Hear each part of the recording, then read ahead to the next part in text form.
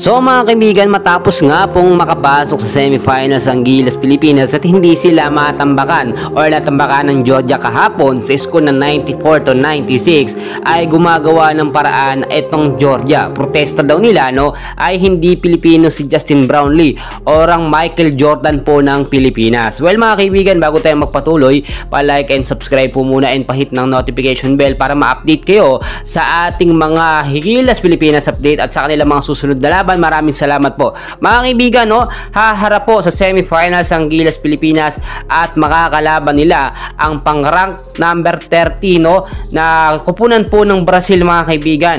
Ito po yung mas malakas pa mga kaibigan dito sa kupunan po ng Georgia. Pero ang iniingatan po dito at kinakabahala ng Gilas Pilipinas natin ay yung dirty games po na nangyari na rin dito sa Georgia. Nakita nyo naman, balyahan kung balyahan. So hindi pa rin talaga matanggap ng Georgia ang kanilang pagkatalo. Kaya naman nakita nyo, noong 4th quarter, 94-96, ay gustong maitabla ng Georgia yung score sa Gilas Pilipinas para umabot po ng overtime. Nakakala po nila, pag nag-overtime ay matatambilas Pilipinas ng 18 points mahigit, which is napaka-imposible pong mangyayari.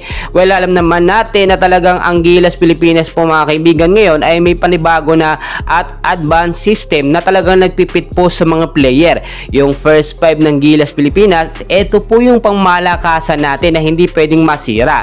Si Newsam, si Kai Soto, si Junmar Fajardo, si Dwight Ramos at si Justin Brownlee. Ang naging problema lamang po kahapon sa laban ng Gilas at sa Georgia mga kaibigan, yung si Kai Soto po ay na-injury at nakita naman natin parang pananadya yung pagkakatama sa kanyang bandang ribs na kaibigan, sabay nadaganan pa nga po mga kaibigan.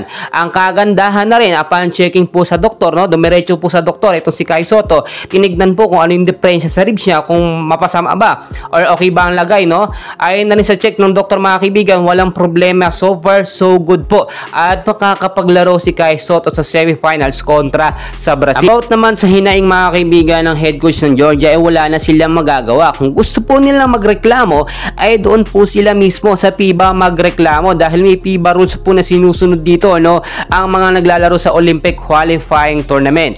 At kung titignan nyo sa mga hindi nakakaalam, Pinoy baylo na po etong si Justin Brownlee, may asawang Pilipina at may anak po na 10 years old po na nakatira sa Pilipinas. So considered as Pilipino si Justin Brownlee mga kaibigan. So wala tayong problema po dyan.